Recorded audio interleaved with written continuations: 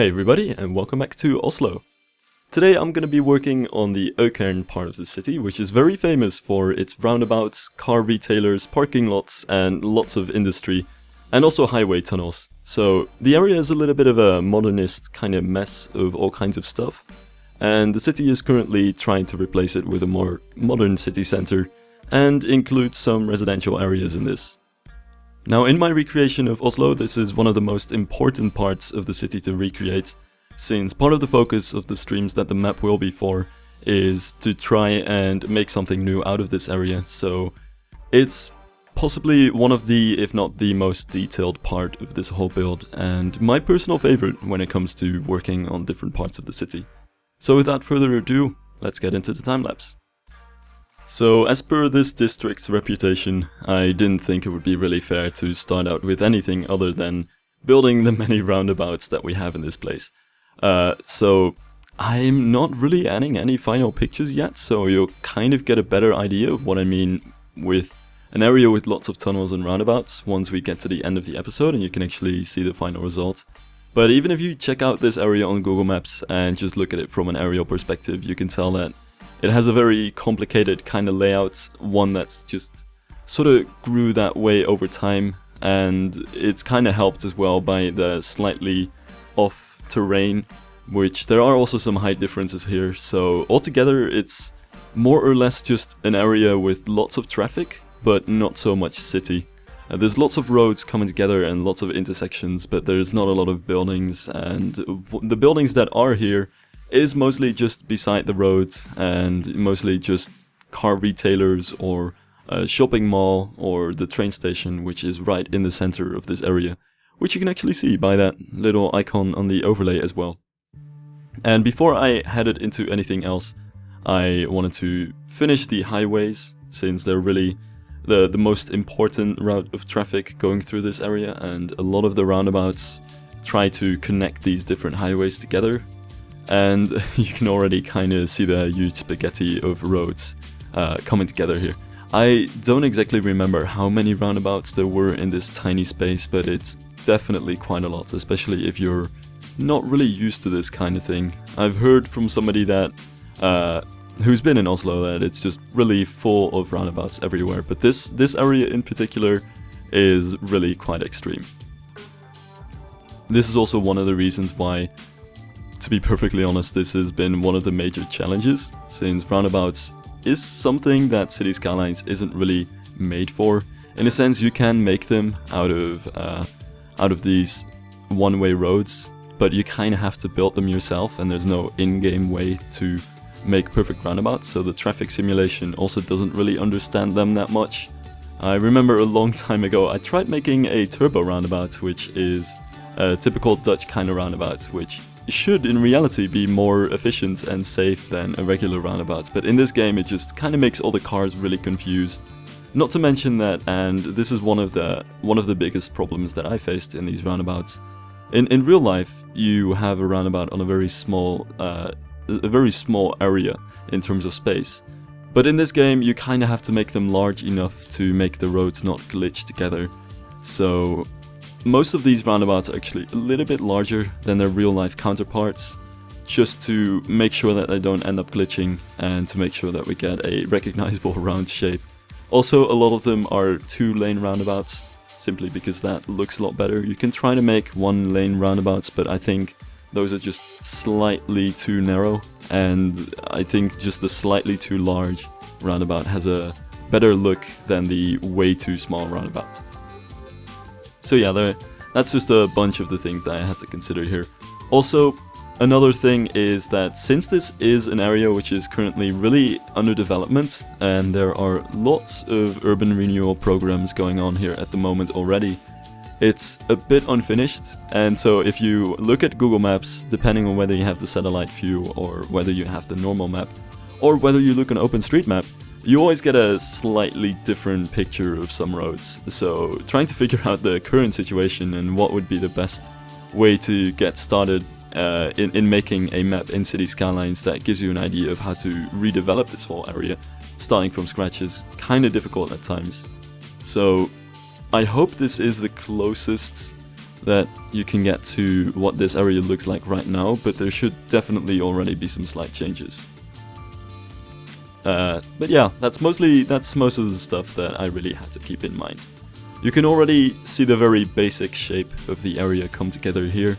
We've got the two highways meeting up here, with tunnels going all over the center of the area, with the train station right between them. It's that sort of triangle between the highways, which is really the geographic center of this whole district.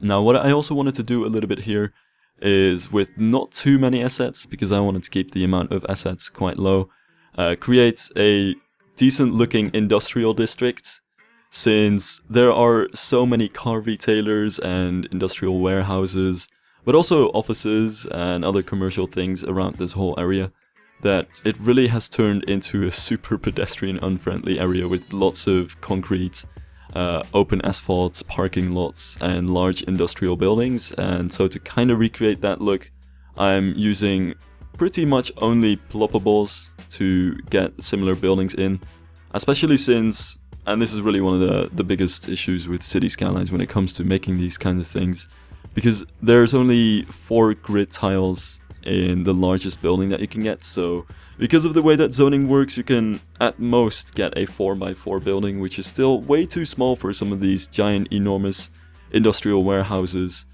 So most of these are just going to have to be ploppables in the end, and I'm going to have to place every building separately and then create all of these asphalt places between them and the parking lots separately as well. So that was quite time consuming. Also, besides just creating the center of the district itself, I did want to make some of the housing developments around it as well, just to kind of place it in the context of what's around it already.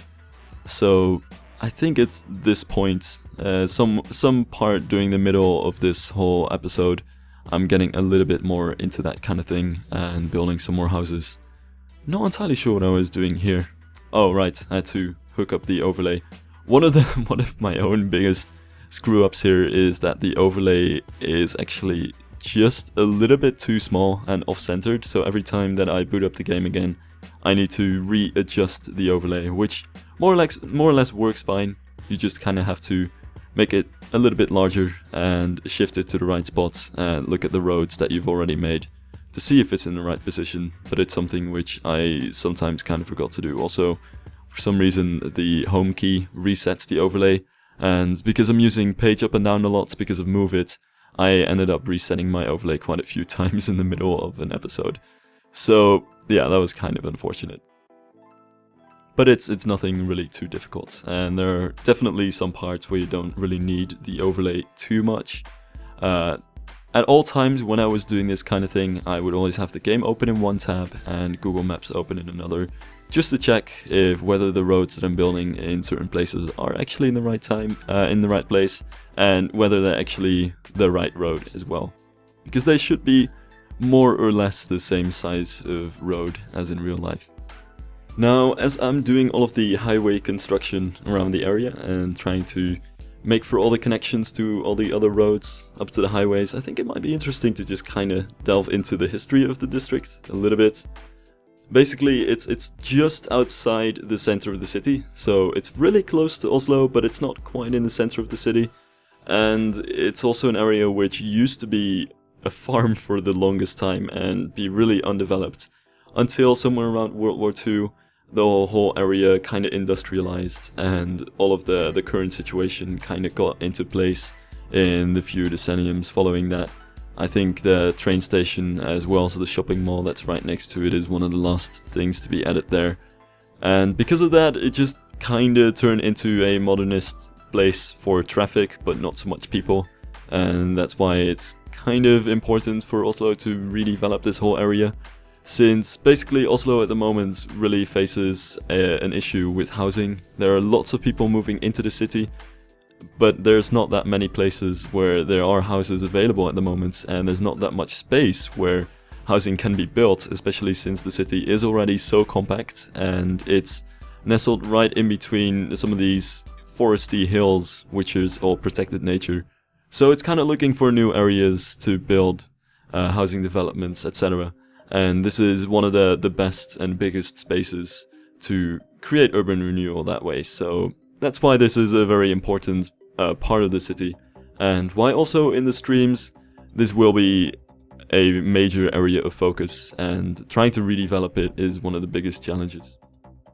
I might also, there's also a link, I'll put that down in the description, where if you're really interested in that kind of thing, there's an overview of what they're planning to do with this whole area. There's lots of new buildings which they're planning to construct here, and it should look vastly different at some point in the hopefully near future. In any case, for now I'm just continuing on the current situation. Here's a part of Økern which is a little bit different. I'm not even sure if you could consider it the same district, it's near it in any case, but there's a bunch of large housing developments here, as well as a cemetery. I actually ended up creating all of the cemeteries in the city separately, so laying down all of the paths with the little paths that we have in game, and putting in all the trees. I'm gonna actually put in some gravestones over there as well, just for the heck of it, but I'm not entirely sure about that. I know there are some separate gravestone assets, but that's maybe some extra thing which I don't necessarily need to put in the time and effort, and not to mention asset space to get that kind of thing in. Here's also some of the first football fields of the city. There's also a stadium here, which is kind of difficult to recreate exactly, since it's not on the workshop, so I'm just trying to kind of improvise a little bit and make something that looks similar to the real life situation. There's lots of these housing blocks over here as well, which I'm only using a combination of 3 different blocks of housing, which have just about the right shape and size, and the fact that they're that you can actually add them together and create these longer stretches of housing blocks with them. But maybe I might want to detail that a little bit more in the future and get some more assets. I think it works for a few neighborhoods, but as soon as you get down to some different neighborhoods, you can definitely tell that many of the houses throughout the city are just all the same buildings kind of copied over in different ways. Right, so there's the sports hall, and this whole area is not really too interesting otherwise. It's just one of those areas which I wanted to add, just to have a bit of an idea of what the surroundings of Økern look like as well. But don't get the wrong idea, this whole part with all of the roundabouts is definitely still the focus. I actually also took the opportunity for these industrial districts at some point to go for some functionality issues. One of my personal, well, it's not even just personal, one of the biggest issues with this city at the moment from a gameplay perspective is that it's getting so many issues when it comes to garbage, when it comes to police stations, fire coverage, all that kind of stuff. Since in-game, there's actually a lot more need for these kinds of services than would be realistic in real life. And if you want to have a city that doesn't have crime problems, you need way more police stations than would be realistic in real life, which is a little bit of an issue, since this map should be able to be used to kinda analyze where police stations should be, etc. But there's not much of a way to get around this aside from getting assets with an astronomical value, or, and this is probably what I'm just gonna end up going for, turning off certain issues. So, what I'm actually doing with the police stations and the fire stations is that I'm gonna try to just get buildings with really good values, which you shouldn't get in game, and just place more of them than you would see in real life. But for some issues I'm just gonna turn them off altogether. So at the moment you can still notice a lot of electricity and water shortages, and this is just something which I may very well just turn off altogether, since even though they're originally supposed to be part of this whole city's makeup, since we do have the info of the fact that Oslo is getting its water supply from the lake which is to the north of the city. There are 2 places where its garbage goes to, and there are some hydroelectric dams just outside the city where much of the electricity is coming from. It's just that none of these services can provide it to the point that you would realistically need them in-game for your city not to crash down to rubble. So these are just certain things which are kinda hard to overcome, since you want to hit that balance between, on one hand, not getting a city that doesn't work in-game, while on the other hand, getting a city that somewhat resembles Oslo also in terms of services. But yeah, that's really one of the quite difficult things, which I honestly can't really criticize City Skylines for. In the end, it's not really a game where you're supposed to perfectly recreate cities in, and from a gameplay perspective, I think the balancing makes a lot of sense. And if you're just kinda creating a city over time and just slowly growing bigger and bigger with small neighborhoods, I think for a player of just a video game rather than a urban planner, it makes much more sense to take these things on a very small scale. But in my case, where I'm just creating a whole city in one go, it's creating a lot of issues, not to mention the whole traffic problem. You might notice later on that there's a huge traffic jam that will go through Økern at some point in the future, just because everything is going to move into the city at the same time, since everything's kind of constructed at the same time, and they are all coming in from the east, from the connected highways, and moving into the city that way. So yeah, there's lots of things that the city kinda gets broken in-game, just because I'm trying to make it like in real life. There's also one of the issues is I'm using the metro overhaul to create a metro line that actually goes above ground as well, because even though there are some underground metros in Oslo, most of the network is above ground. But the problem with that is that you can't connect the metro lines to the regular train lines, which kinda does happen at some parts. So there's another small thing which is very, very, very difficult to get right in the game, and which I haven't really gotten a solution for so far. And then there's the issue of water. In hindsight, I think I should have just gotten a mod which turns off the water pipes altogether, because it's very obvious that you can't get realistic water pipes in the game. There's no way to do that whatsoever, and opting for just trying to build everything with perfect coverage is a lot more time consuming than just getting a mod which removes the need for water pipes altogether. But that's just a little bit of an oversight on my part. I thought it would be a lot easier to just do this kind of thing, but kinda underestimated just how big this city is. Because in the end, something to remember as well, I think, is that even though Oslo is not an enormous city in terms of, well, real world scale, the whole metropolitan area, I think, has little over 2 million people living in it. In-game, it's absolutely huge, and you definitely do need almost the entire map to build this thing. So it's pretty large. And truth be told, I definitely underestimated just how much time it would take to build all of this.